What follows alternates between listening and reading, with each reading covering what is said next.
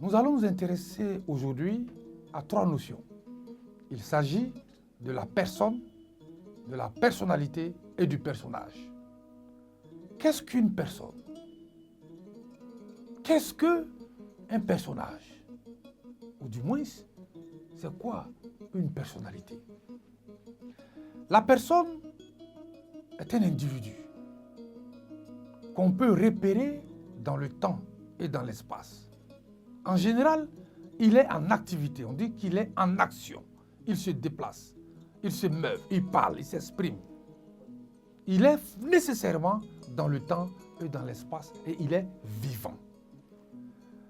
Qu'est-ce que le personnage?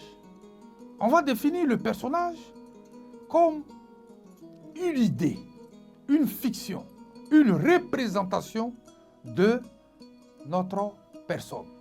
C'est-à-dire, vous pouvez avoir dans l'évolution de votre vie, vous pouvez avoir plusieurs faces, plusieurs marques. Si vous êtes élève, vous êtes toujours personne, mais votre personnage d'élève peut être imité fictionnellement.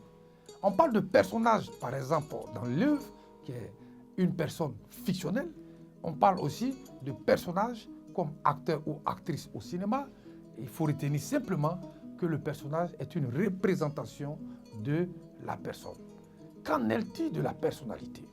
En général, on parle de personnalité en confondant officiel et personnalité. Non, tous les officiels n'ont pas forcément des personnalités.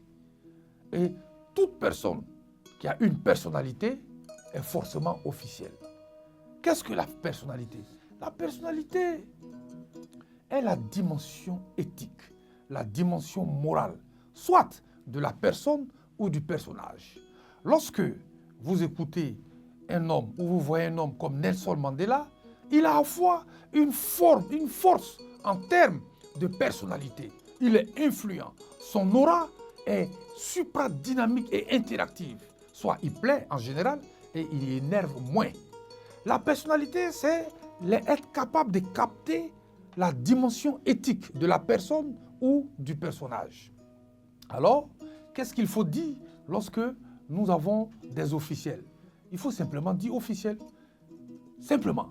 Donc, la personne, nous résumons, la personne est un être réel qui existe dans le temps et dans l'espace.